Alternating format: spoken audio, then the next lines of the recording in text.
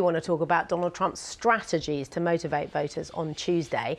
Let's get insights from Robby Starbuck, a former Hollywood music video director turned conservative activist who is well known for campaigning online against some major American brands' diversity and inclusion initiatives. Hello, Robby. Welcome to Newsnight. And before we get to that, you back Donald Trump. You have a huge following online. What's your view on what you think it will take to motivate people to turn out for Donald Trump in the next few days and indeed on Tuesday? You know, I don't think it's going to be very hard to motivate people. They've experienced what 4 years of Kamala Harris's leadership looks like. They've been paying more at the pump. They pay more for their homes. They pay more at every single service that they could possibly conceive of. People are sick and tired of the economic breakdown that has occurred under her watch and Joe Biden's watch. They've watched our border get overrun with millions upon millions of illegal immigrants who have not been vetted. Many of those illegals have turned around and murdered U.S. citizens, raped U.S. citizens. I think people have had enough, and they're looking to return to some semblance of normalcy in America. And of course, she would say that she tried, Joe Biden tried to sort out the border issue, and Donald Trump blocked it. That's just incorrect. A fundamental misunderstanding of how everything works. When Joe Biden took office, there were executive orders that were currently in place that Trump had used. We had the Remain in Mexico policy. We had a whole host of policies that were controlling that action at the border, and they rescinded them on day one when they walked into the White House. They didn't even try to fix this problem until millions upon millions, a record number of illegals had entered our country and killed young people like Laken Riley. Okay, and they so did it just before an election. I'm just going to interrupt you to say, what I'm picking up from you there is that you are saying the key issues in this election are the economy and immigration. I do want to also talk to you, of course, about your campaign targeting big companies over their policies on diversity and inclusion. I mean, many people, certainly over here, I don't know about in America, but many people might just think diversity and inclusion, they sound like good things. What's the issue? That's if you're looking at the top line definition of the words. Nobody's arguing that being tolerant of people or having diverse thought or anything along those lines is a bad thing. I myself am a minority. My mom is actually a refugee from Cuba who fled communism and lost everything to the communist regime there. So under the terms of DEI, I would be given favored status, right? But I don't want it. I don't need any sort of leg up from the government or from major corporations to say, you know what, you're Latino, so you deserve to have an easier time getting a job, or your kids deserve an easier time getting into school because they can check a box saying they're Latino. That's wrong. And frankly, many of the DEI programs, they're just simply Trojan horses for left-wing values. And in many ways, the programs have been explicitly anti-white. We've seen this already in our court system with many people winning cases already because of policies that were just strictly anti-white and discriminated against a race. I don't care what the race is. Many people would obviously say that these are addressing underlying inequalities in the US, but these are huge US companies that you've taken on. It's Ford, it's Harley Davidson, it's the owners of Jack Daniels, and only yesterday Boeing. These household names that are changing some of their policies because they see this. Well, is it because they see this as an issue that voters care about? Is it an election issue, this? Yeah, it is. Frankly, people have also had 4 years of seeing what a DEI administration is going to do in their corporate workplace, because you don't need to control the means of production if you control the minds of the people who are in charge of production. And that's precisely what has happened with Joe Biden and Kamala Harris in the White House, is major corporations, in seeking to appease the administration or seeking to get government contracts where they require you to have certain DEI programs, have had to install these programs, and they've pushed nothing but rabid leftism on the American worker. And frankly, workers are tired of it, and they've seen it in their kids' schools too, where, you know, their daughters are having transgenderism shoved into their sports, and they can't go play a sport without having a biological male winning a medal instead of them. So I think obviously these are highly contentious issues. There are people who'd obviously strongly disagree with what you're saying, but I am interested in whether you think this election boils down to what many people would view as a culture war.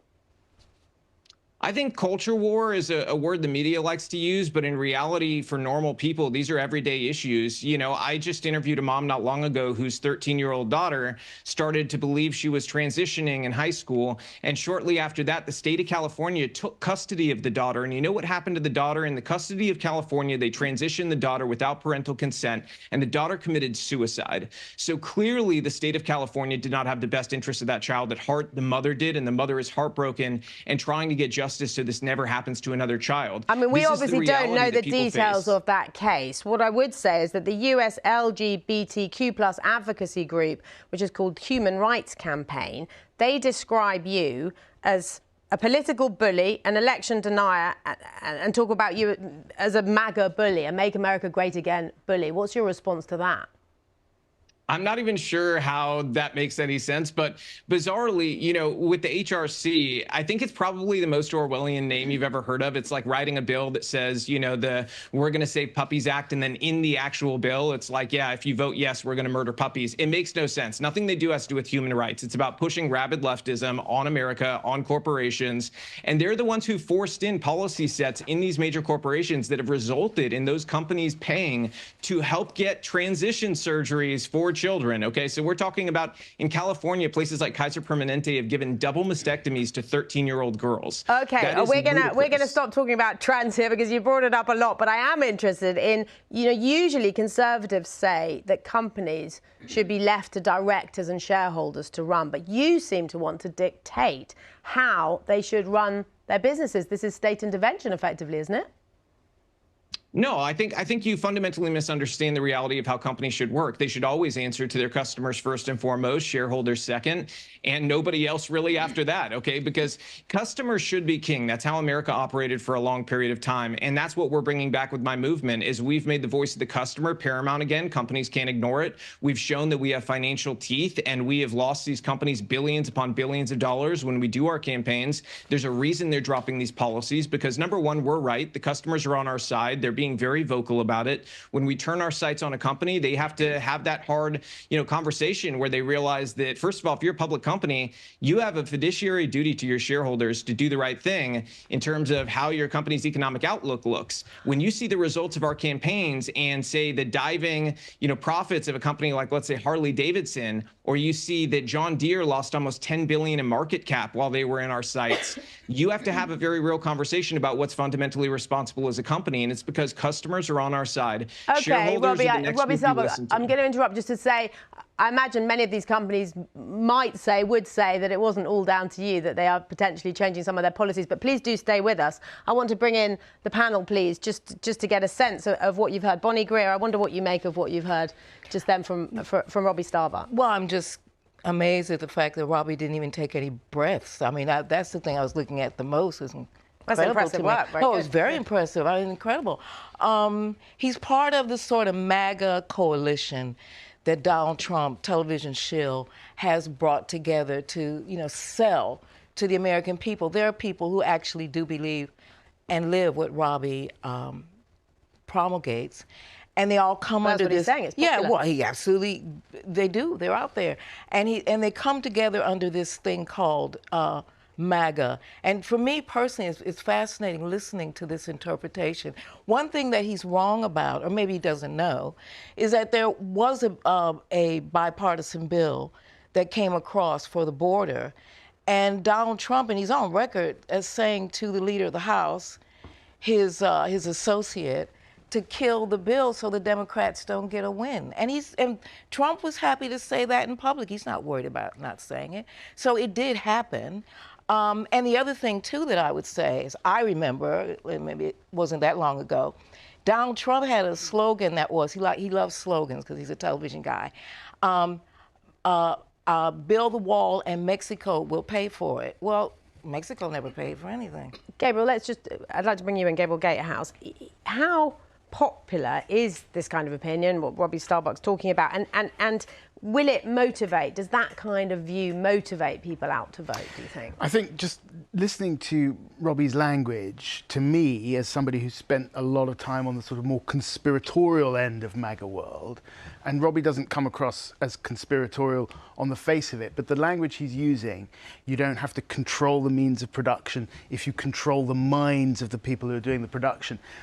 Beneath that is this idea, which is actually becoming quite widespread in America, that a totalitarian cabal, we hear Donald Trump calling Kamala Harris a Marxist, a communist quite often, has taken control of America, that the elected officials that you see that you can vote for aren't really in charge, in control, and behind the scenes, hidden hands are pulling the strings. And this whole kind of DEI, anti-DEI movement is in a way a movement for people who feel like they are no longer in control of their country. And that is a very powerful constituent for Donald Trump. And Anne McElvoy, Robbie was not keen on the culture wars term. Plenty of Democrats do see Donald Trump as a culture warrior, but how do his supporters view him?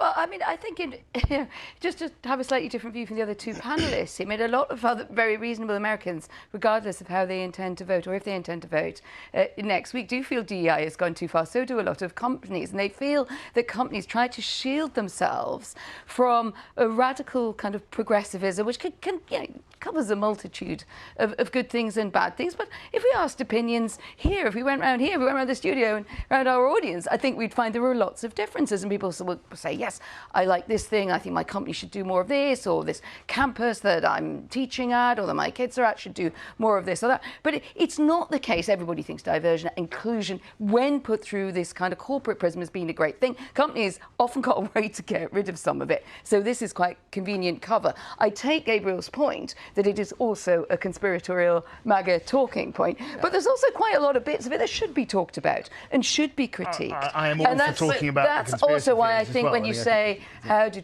Donald Trump's, if I understood your question correctly, how do Donald Trump's supporters see it? Yes, for them, see him. Well, they see him as a lightning rod for all of this, which is, whatever I'm against, he's also very likely to be against it. They find him very reckonable. They think that if you take, and then he does up, it's a bit of a boiling frog on the rhetoric, and it can really tip into, I shouldn't say that I want to defend Donald Trump on all of this. It can be very unpleasant, it can be aggressive, it can be threatening and be very worrying. But I think what he does bring to it is a kind of reliability. And the clip that you showed of him sort of dancing away there, this is a, kind of an old man running again, who just looks like for him, he thinks that he's kind of got it, And a lot of people who are worried about that see that and say this is the sum of all our fears. His supporters see someone who thinks he's very in control. And Robby Starbuck, sorry, just to get Robby Starbuck back in at this point. Robbie, final word from you. Is that how you see Donald Trump? What's your view on him? Trump is essentially a megaphone for the way that the American people have felt forgotten by a system that I believe the gentleman that was just on referred to in some sort of conspiratorial way, that there's a cabal. There's clearly a group of people, elitists, who are part of the Uniparty, who have been running things in a way that the American people have felt deeply out of alignment for a long time. And I think he's a megaphone and sort of the placeholder for that feeling of resentment. And they feel that he's the man who can remake what is wrong in D.C. and make it right again. And he's got the team to do it this time. I think the real difference maker this election is going to be the team behind Donald Trump, having Elon Musk, having RFK Jr., having Tulsi Gabbard, having Ben Carson, a whole host of people. And I mean, the idea that it's some sort of conspiracy, that there's a cabal of elitists who do terrible things is kind of crazy, honestly, and a conspiracy in itself. I mean, you can go back really far in time. You could go to the Tuskegee experiments where the U.S. government I'm really sorry, I'm going to have to interrupt because we've got to move on. But Robby Starbuck, thank you very much for coming on Newsnight. Now, if the election doesn't go Trump's way, will he accept the result? One man who already knows what it's like to come face to face with Donald Trump falsely claiming election fraud is Republican Brad Raffensperger, the Secretary of State for Georgia. You may remember Secretary Raffensperger defending the integrity of his state's 2020 election results in this leaked phone call with Donald Trump. And